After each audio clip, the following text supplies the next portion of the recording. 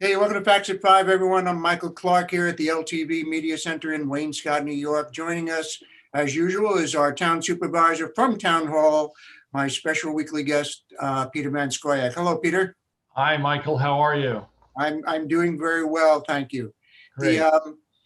just to on the COVID front, we are our hospitalizations are dropping.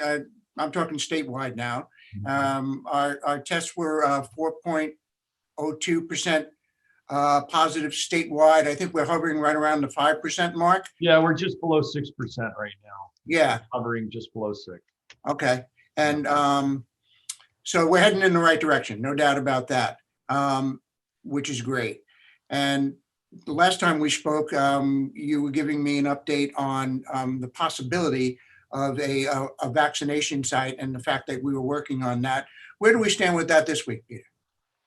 So in the new year, in my State of the Town address, I said that I wanted to open a dedicated vaccination site right here in East Hampton to ensure that East Hampton residents had access to vaccine, didn't have to travel to, the Javits Center or Plattsburgh or Potsdam, somewhere far, far away.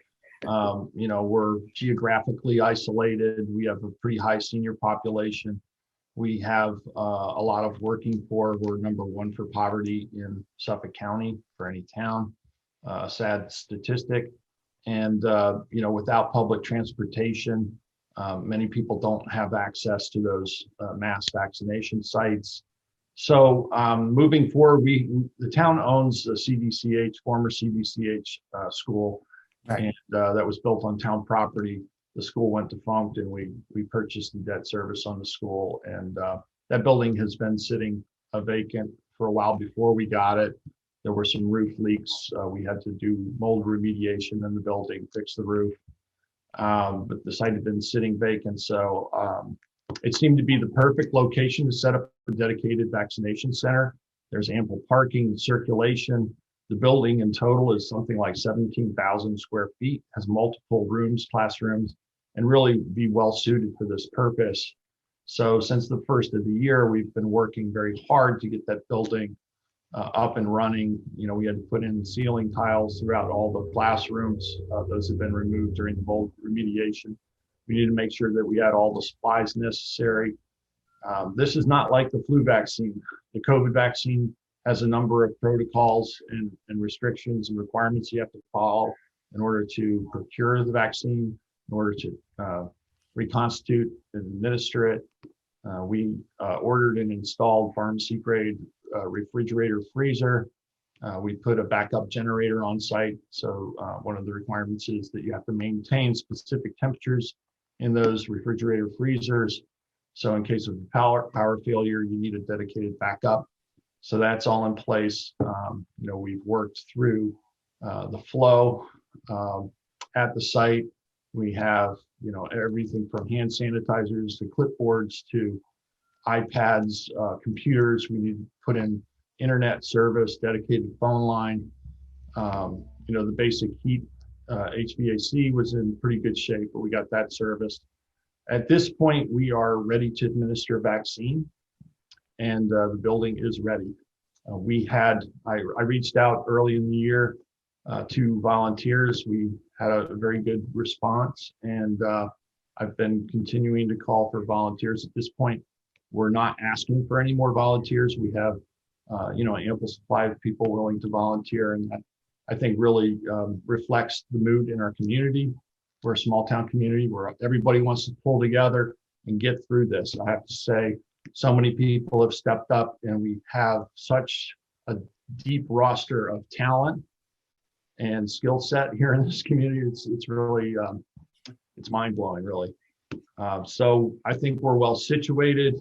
I've had discussions with the county executive to ensure that we get a fair share of doses out here east. And he's been very positive and supportive. And, I expect that very soon we will have an opportunity to start giving vaccine here locally in our community. There are still restrictions as to who can give vaccine to whom.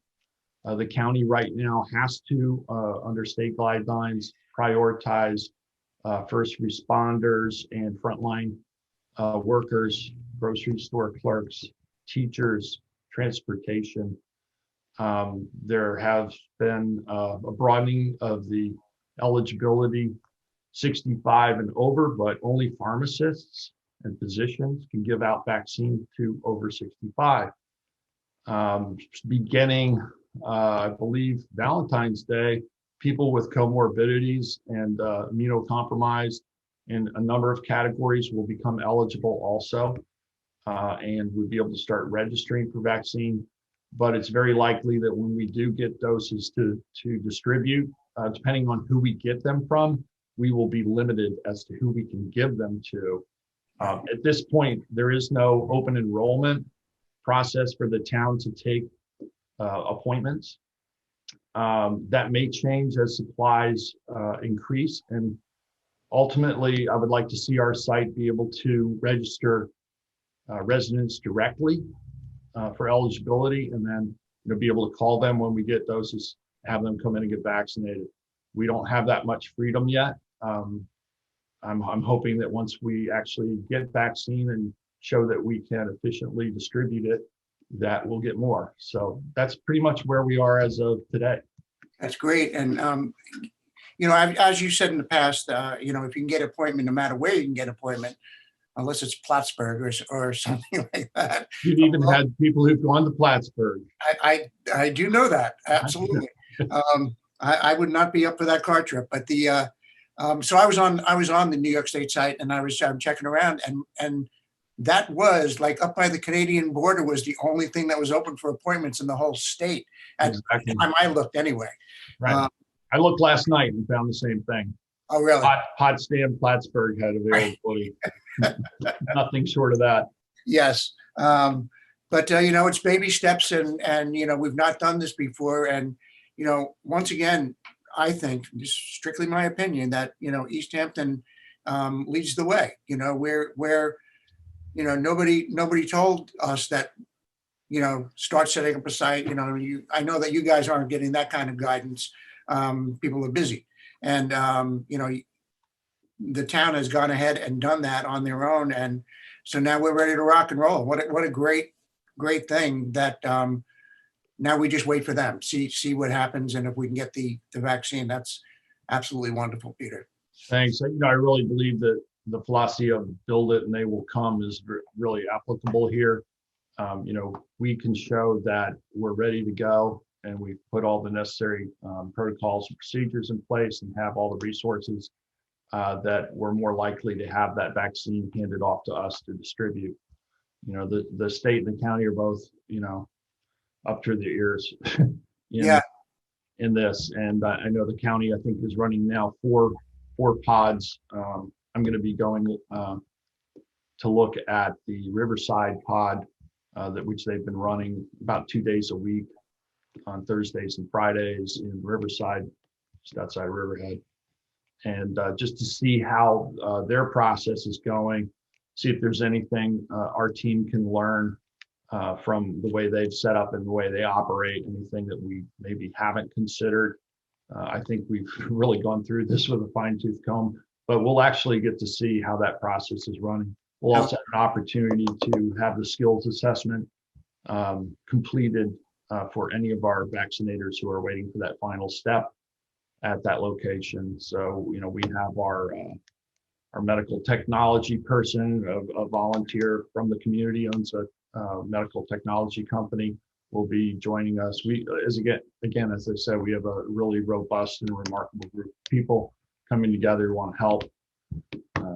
So I'm very encouraged. I think very hopeful signs, and I know everybody's anxious to put all this behind us.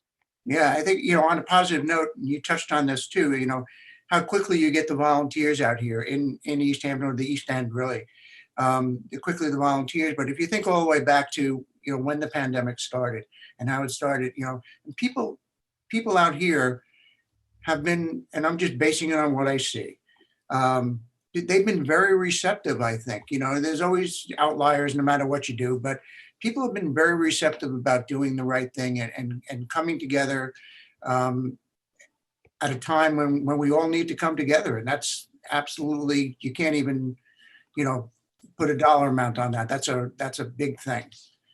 That's so true, Michael. And I think as soon as people really kind of realized, what we were facing and understood where we needed to bring resources and how people could help, people were jumping in immediately. I mean, you look at the incredible job that the food pantries have done.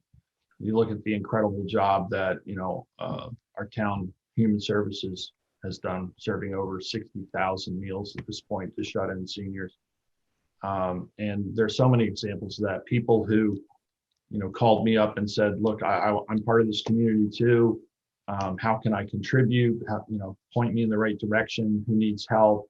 We had our, early childhood development center. Eleanor Whitmore was taking the children of essential workers and hospital workers for free tuition.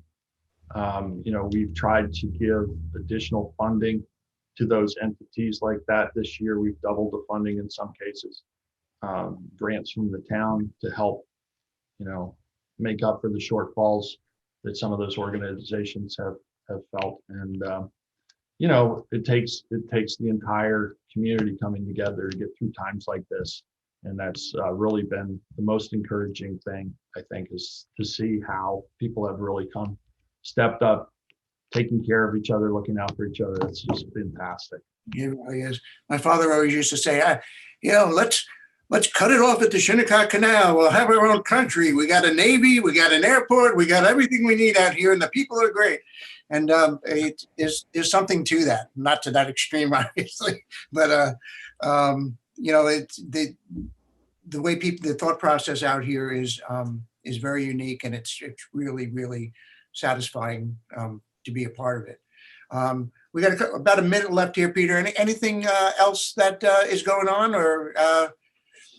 Well, we are moving our energy goals forward, energy sustainability and environmental issues. We've had, repeated discussions about putting in restrictions on gas and diesel powered leaf blowers. That's an ongoing discussion. There's pros and cons on both sides of it. A lot of people have felt that, should have at least one day a week where you don't have to listen to the incessant noise of leaf blowers during the summer season, particularly when people are trying to spend time outdoors, and particularly on weekends. The current proposal is to restrict the use of leaf blowers between May and September to just 6 days a week within certain hours, and leave Sunday out. Maybe just use a rake and a broom on Sundays, just to keep the community quiet. We'll have a public hearing scheduled for that shortly, and we'll hear directly from the public, and there may be modifications. I know there's probably some strong feelings on both sides of that. We're looking to move also away from fossil fuel use, trying to do what we can to protect our environment and our climate. They're both related, and we want to make sure that East Hampton stays the beautiful place it is for not just our generation, but the many generations to come. That's great, Peter. And well, once again, we are out of time. I will see you again next week if we feel like shooting the breeze a little bit. And absolutely. Always great to see you, Michael, and thanks to LTV for all you guys do, keeping the public informed, especially through this time of pandemic. Appreciate it, Peter, and be safe. Have a good weekend. Thank you. You too, Michael. Bye. Be well, everyone.